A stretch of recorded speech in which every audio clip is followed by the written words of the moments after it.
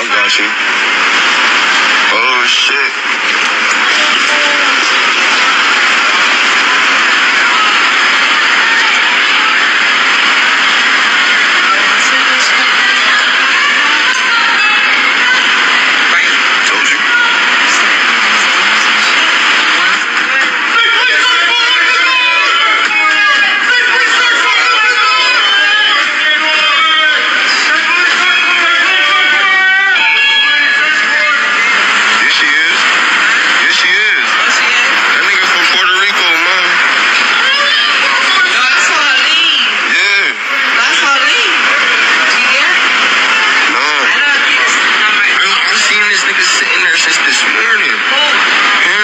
She was all panicking, man. With the regular mask on, right there. Yeah, yo, that's why she was running. That's why she was. Yeah, that's why she was all scared this morning. She's stupid. I would have been. Yo, that's why she was scared this morning. I said it. She should have went somewhere. She's stupid. I've been sitting there all day. Yeah. That's all I think. I got time for me to go. What's up?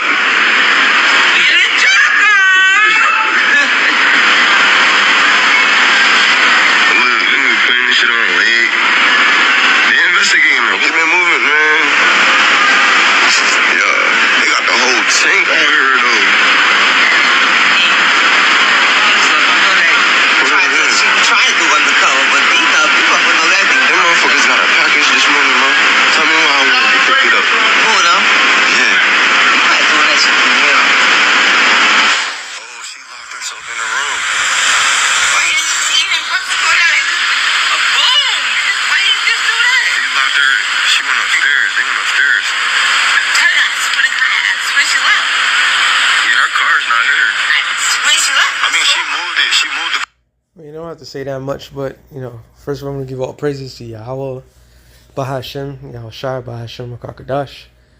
Double honor to the apostles and elders, a great millstone. Salutation to all the brothers and the few sisters out there. To the Israelite foreigners from the seed of Abraham, Isaac, and Jacob, Shalom in the Hebrew, which means peace. As you can clearly see, brother have posters up and says, when the enemy come in like a flood, which is Revelations 12:12. You see how they operate. And all I'm sitting there as I'm watching this and recording this reminds me of which president was it? I think either it was Obama or Bush. One of them.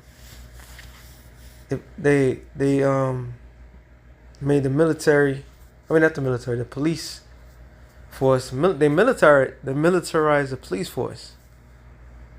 Okay, why?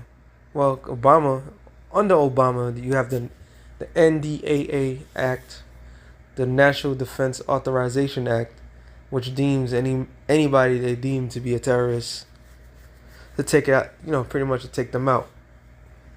All right. And I was just having a discussion with a relative of mine. It shows you that Jake don't know what's going on. Jake only knows what they see on television, and that's it. That's how far it goes. Not knowing it was in an argument, but it was like, what did is it like, you mean to tell me Obama and Biden didn't do nothing for black people? No. That's what I said. They ain't do nothing for black people. Matter of fact, you seen what your beloved Obama, just this act alone, I believe it was under Obama when they militarized the police. And this is how they move. Now, this could be the SWAT team. It could be a normal thing. But this is just an omen of things to come. They watching everybody. They going to pounce on you, like the prey that you are. And people gotta understand, man. The Lord is gonna put the spirit on this man to get medieval on your asses. All right. Matter of fact, he ain't even get medieval on you. He's just gonna be it's gonna be a demonic thing what he's gonna do unto you people. All right. Psalm 17:13, real quick. It says, "Arise, O Lord, disappoint him, cast him down, deliver my soul from the wicked, which is thy sword." And who's the wicked? Job 9:24. The earth is given to the hand of the wicked. All right. The people that's in power. Malachi 4 and Malachi 1 and 4 tells you that these people, wherever they go, they be considered the border of wickedness. So the wicked is a so-called white man. The way he comes in to take down anybody, he comes in with wrath. All right, comes in with a wrath. And scripture says in what is it? Wisdom of Solomon, the 2nd chapter. But let me get that real quick because I want to prove a point.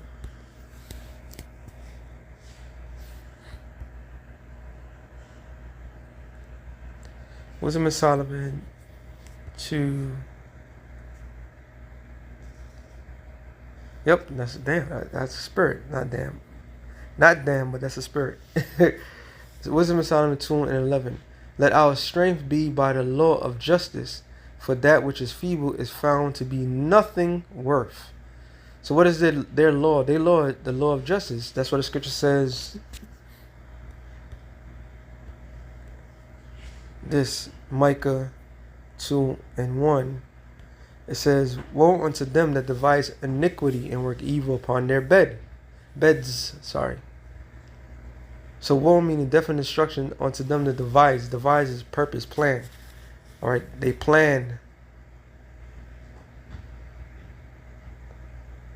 evil. All right, by them planning this evil, they working evil upon their beds. So what is the evil that they plan in their beds? Passing unrighteous laws. This is why you have whatchamacallit? Under Obama, no, under, yeah, not Obama. Under what's this guy? What was it? Clinton. Under Clinton was Biden. And even Trump said it in the debate that he called black people super predators. All right, and that was a slogan that Hillary Clinton and Biden was pushing back then in the 90s. Call you super predators. And super predators talking about black people. All right. And what did they do? Why did I bring that up for? Because they passed certain laws. Was it 5, 10, 15? And it depending on, they will give you a harsher punishment for crack cocaine, which in the streets I believe is $5, $10, I don't know. Well, cocaine itself was like 100, and cocaine was a rich man drug. So they pass these laws, and depending how much crack you had in you, they'll give you the most harshest law. But when they had Edomites, cocaine, they'll get a slap in the wrist. So they have this ability to pass these unrighteous laws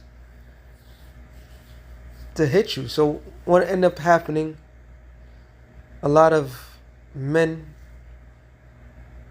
so-called black men, were locked up unjustly and justified. All right, a lot of them was justifiably locked up, but there was no reprieve. A lot of men had lives taken, or even they've been incarcerated. Another vile act that they did, just thinking about that, was the Prohibition period. Liquor.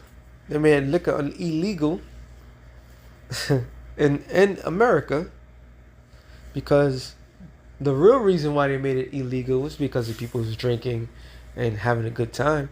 No, they made it illegal because there was cars back then that was able to drive with corn liquor. Look it up. And then with the corn liquor, that would take away the whatchamacallit, which was the David Rockefeller with the whole oil thing. So he had to shut the country down to make automobiles at the time to be only gas driven or oil. Alright? So, which was crude oil. So these unrighteous laws that got many of people killed, destroyed, made rich people out of low lives, people that had no business even making money, made them rich and made the poor suffer. So this man always pushed these unrighteous laws throughout history. So now somebody could be selling weed. They'll send a fucking squad car, all right, to go after them. Or somebody that's selling perks or fentanyl and all this shit get a slap in the wrist. So this whole system is this wicked. It says when the morning is light, they practice it because it's in the power of their hand, which is their laws. All right, but like the scripture says, I guess it's gonna come out a lot. Romans 13:1, it says, "Let every soul be subject unto the higher powers, for there is no power but of the Most High. The powers that be are ordained of the Most High." That's what scripture says, Daniel 4:17, that the Lord is the ruler of the kingdom of men. All right. He's the one that set whom he wants to set on high to rule. So the powers to be, which is Esau, Edom, although its majority of their laws are evil or wicked, some of them, going back to the 90s, like I was just mentioning, a lot of niggas had to be thrown in the pen because they was killing poison, selling to their own people. That poison, all right. That was the exact reason why they had to go. But the Lord used Esau for his wrath on his people. Whosoever therefore resists the power, resists the ordinance of the Most High. So resisting the power is what? Not every generation rebels against the previous generation. No matter how harsh, no matter how stupid it is, they all rebel. And a lot of laws keep people in check. Now, prime example, New York City. Damn, you could smoke weed in the streets. Damn, everybody's on heroin and so forth. It's like there's no problem. There's no fucking problem. I remember growing up, this is your brain on drugs. And back then you were scared of AIDS and you were scared of some crack cocaine. Because the simple fact is, you knew for a fact, we seen it with your own head, with your own eyes, if you live in the hood, how crack could turn somebody from looking healthy to a fucking zombie within a couple of months. Stealing VCRs or whatever, doing the most heinous acts. So a lot of those guys had to go. But some of them was caught up on some bullshit. Let's be real. All right? It says, "And they that resist the power, shall receive themselves damnation, for the rulers are not a terror to good works." So if you was doing what you was supposed to do in righteousness, evil won't come upon you, which is going to lead to what's about to come. All right? Yeah, Esau is going to come hard as a flood, but who is he going to come down hard as a flood to? Mostly. Yeah, we know he's going to come down on the righteous. We know that. That's the scriptures.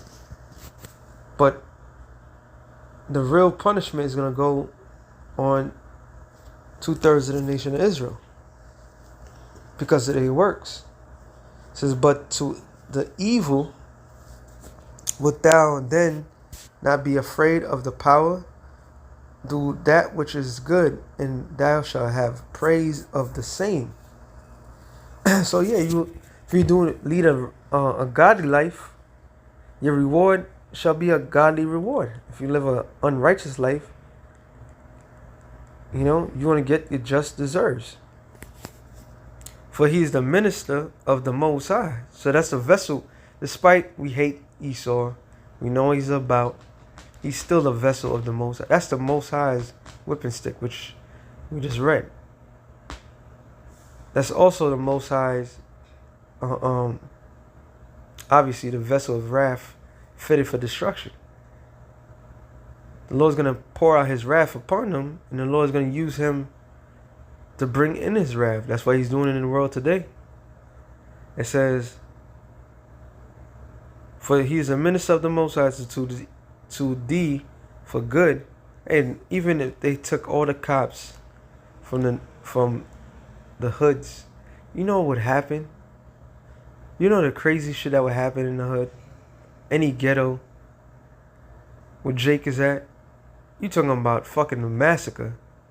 Jake don't even know how to police himself. Jake come up with laws their own selves that make no goddamn sense. Alright? So it is an Esau in the power position is sometimes necessary. But if thou do that which is evil, be afraid, for he beareth not the sword in vain, for he is the minister of the Most High, a revenger to execute wrath upon him that doeth evil. And that got me thinking too, when you read the scriptures, the Lord Yahushua himself warned Israel what was about to come, what the Romans was about to do. Alright? And he said, what did he say? These are the days of vengeance. Whose vengeance? The Most High's vengeance. Because Jake was proud back then. And that's what Paul said, there had to be a falling away first. That fall away had to be in Jerusalem. We have to lose everything to appreciate what we have lost. All right? It was a necessary evil that was put upon us. But simultaneously, the Lord's going to take his wrath, his anger, on those that did it to us. But read this real quick. Ezekiel 21 and 9. It says, Son of man, prophesy, say, thus saith the Lord, say, a sword is sharpened and furbished. Because what they're doing, all they're doing is what? They're practicing how to take you down. All right? They know your hoods. They know the corners of your hoods. They know the neighborhood snitches and all these things. They are practicing. Now, does he necessarily have to use men in that day? No, he could use android robots, robot dogs, and so forth. This man is coming down hard. He's not going to show no mercy. All right? He's not going to show no mercy on the wicked of Israel. It says, thus saith the Lord, say, a sword is sharpened and is also furbished. It's sharpened to take a sore slaughter. It is furbished that it may glitter. Should we then make mirth? So when it means glitter, it means sharp.